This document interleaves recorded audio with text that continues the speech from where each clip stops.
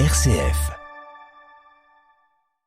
Nous sommes avec Bertrand de la Pastorale des Jeunes. Bonjour Bertrand. Bonjour Enzo. Alors on va parler d'une chose qui vous tient assez à cœur de manière non seulement personnelle mais aussi dans votre mission. Ce sont les rencontres européennes de Thésée qui ont lieu depuis assez longtemps, Bertrand, finalement. Tout à fait, plus de 40 ans.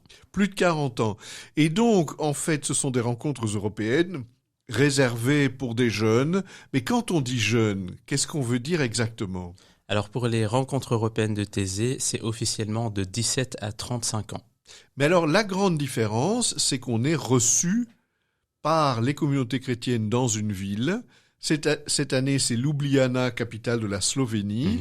Donc voilà, c'est un petit peu plus près que la Pologne de l'an dernier et encore. Peut-être que les distances sont assez semblables. Mais à un certain moment, j'imagine qu'on ne doit pas parler slovène. Je veux dire, si on est intéressé par ces rencontres européennes, comment les choses vont-elles se passer, Bertrand ?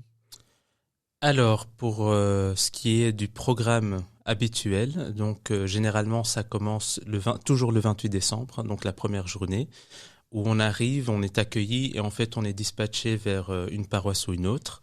Et donc on a l'occasion de rencontrer une famille d'accueil si on est en famille d'accueil ou la paroisse locale avec les bénévoles qui vont s'occuper de nous.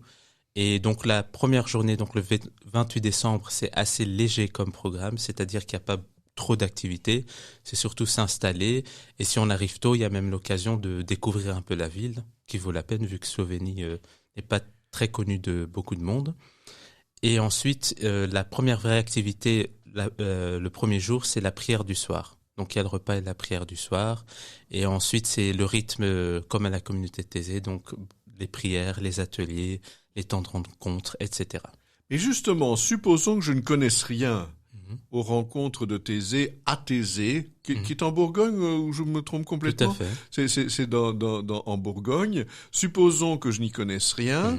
Je vais me retrouver dans des endroits où on prie beaucoup, on partage beaucoup. Ça veut dire quand même que je dois m'attendre à ce que ce soit intense au niveau spirituel, alors ?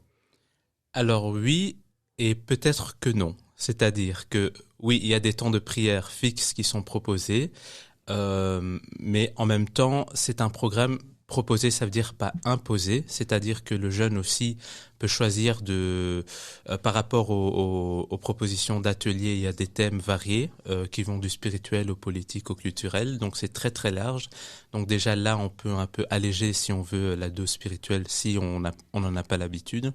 Et les temps de prière, bien sûr, on est encouragé à y aller, mais on n'est pas obligé, donc c'est vraiment aussi important par rapport à aussi son expérience et son parcours, d'aussi choisir ce qui est adapté pour nous. Et donc, oui, il y a des choses qui sont proposées, et oui, il y a quand même pas mal de temps de prière, mais rien n'empêche une fois un temps de midi, faire autre chose.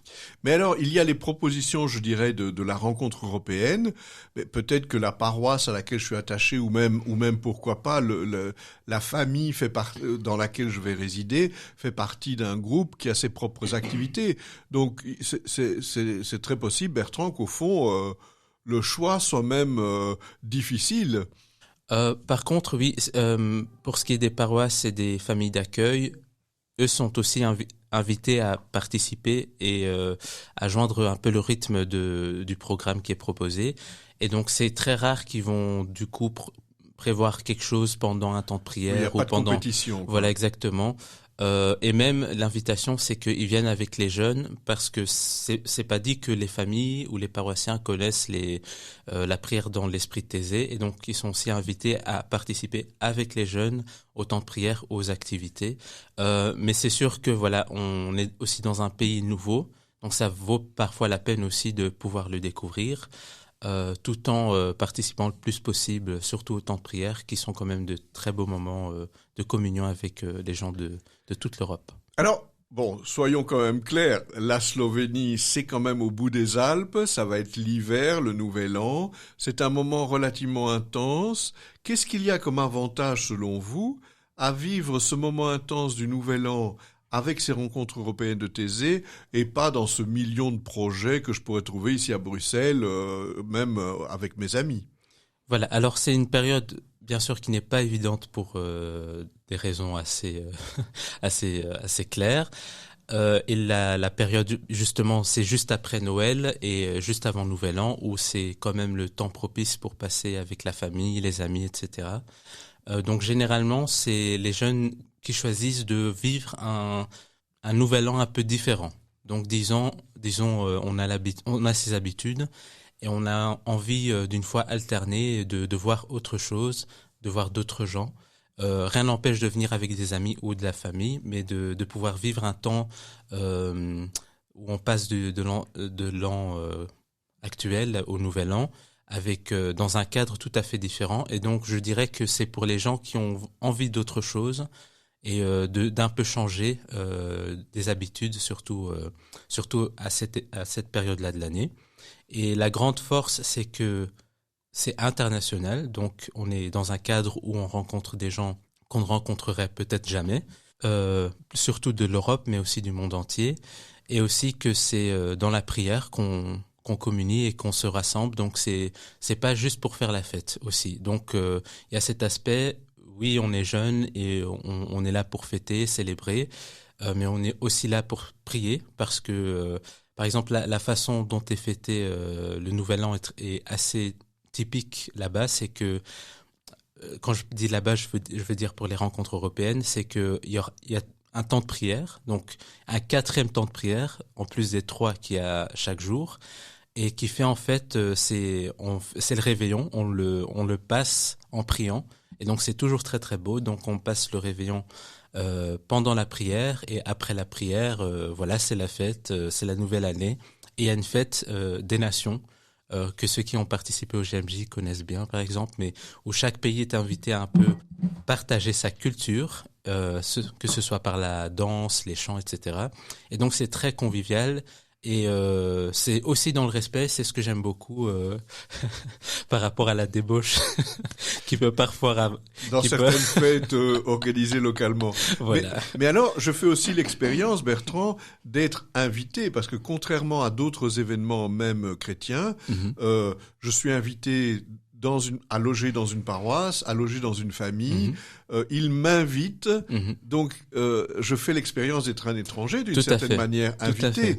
Donc ça aussi, ça s'ajoute à l'expérience de ces rencontres européennes. C'est très bien dit, parce que c'est aussi l'accent que met la communauté Taizé, c'est sur l'hospitalité.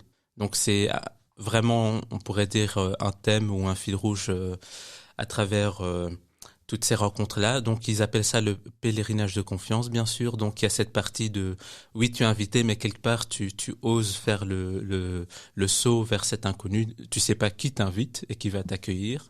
Donc, il y a cet aspect de partir avec un esprit de confiance, mais aussi, en contrepartie, cet esprit d'accueil et d'hospitalité, effectivement. Non seulement au niveau de la famille ou d'un groupe ou d'une paroisse, mais parfois même au niveau de la ville, où il y a vraiment cet esprit d'accueil, et vraiment on accueille ces pèlerins qui arrivent d'un peu partout. Et donc oui, c'est une expérience très forte aussi que racontent certains jeunes. Tu parlais de la langue, par exemple, au début, de ne pas pouvoir communiquer parce on maîtrise pas les mêmes langues, mais que quelque part on arrive à se comprendre, et d'avoir cette expérience forte de pouvoir dépasser cette barrière de la langue pour quand même se faire comprendre et passer un bon moment ensemble. Alors évidemment, je pourrais y aller moi-même directement avec mon vélo, ma voiture, enfin le moyen que je veux, mais vous organisez, ou quelqu'un va organiser un voyage, je dirais, des Belges qui sont intéressés par cette rencontre européenne depuis la Belgique jusqu'à la Slovénie. Ça veut dire quoi? Je peux m'inscrire à titre individuel ou m'inscrire dans un groupe? Les deux. Alors, comme l'année passée, c'est la Pastorale des jeunes néerlandophones qui organise à nouveau ce voyage pour la rencontre européenne. Le départ sera de nouveau de Bruxelles, mais comme cette année c'est en Slovénie, l'année passée c'était en Allemagne, donc c'était un peu moins loin, et c'était des voyages en minibus. Cette année, vu que c'est un peu plus loin, ça sera pas d'un trait qu'on va y aller, et l'avantage, c'est qu'on pourra faire des stops dans des villes assez historiques d'Europe, qui sont à l'aller Salzbourg, donc la ville de Mozart en Autriche, et au retour München, qui bien sûr historiquement est assez intéressante comme ville. Et voilà, donc il y aura ces 2 petits stops où les jeunes seront logés en auberge de jeunesse, le temps de continuer la route. Et voilà, le départ sera de Bruxelles le 27 décembre le matin et le retour sera le 2 janvier au soir, de nouveau à Bruxelles. Mais l'équipe des Belges qui partirait de Belgique, c'est pas dit que sur place, elle va rester ensemble. On pourrait être complètement dispersés en fait. Tout à fait. Alors, c'est de nouveau cet aspect de confiance parce que on peut partir avec son meilleur ou sa meilleure amie. On n'est pas sûr. Bon, il y a des grandes chances qu'on puisse rester ensemble, mais en tout cas, dès qu'on est plus que 2, il y a la chance qu'on soit séparés parce que ça dépend des lieux d'accueil. Il y en a qui peuvent accueillir 2 personnes. C'est toujours par 2 au moins. Donc, tout seul, c'est très très rare. C'est juste que parfois on est des chiffres impairs et là, il faut vraiment résoudre. Oui. Voilà. Mais sinon, on est au moins avec un autre Belge et parfois même plus.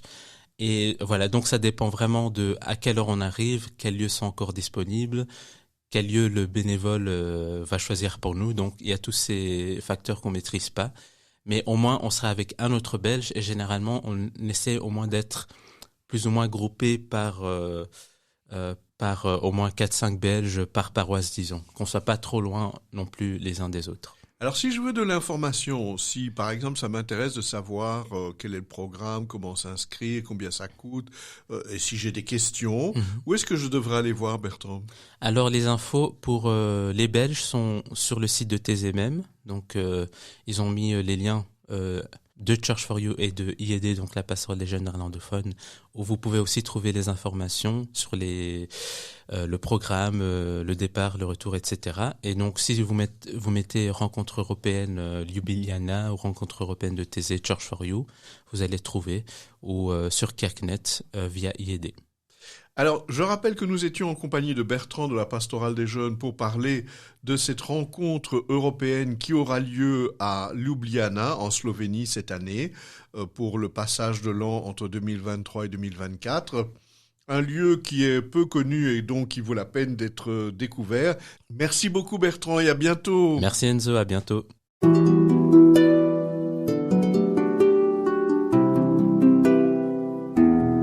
Au fil de la vie, Enzo Bordonaro.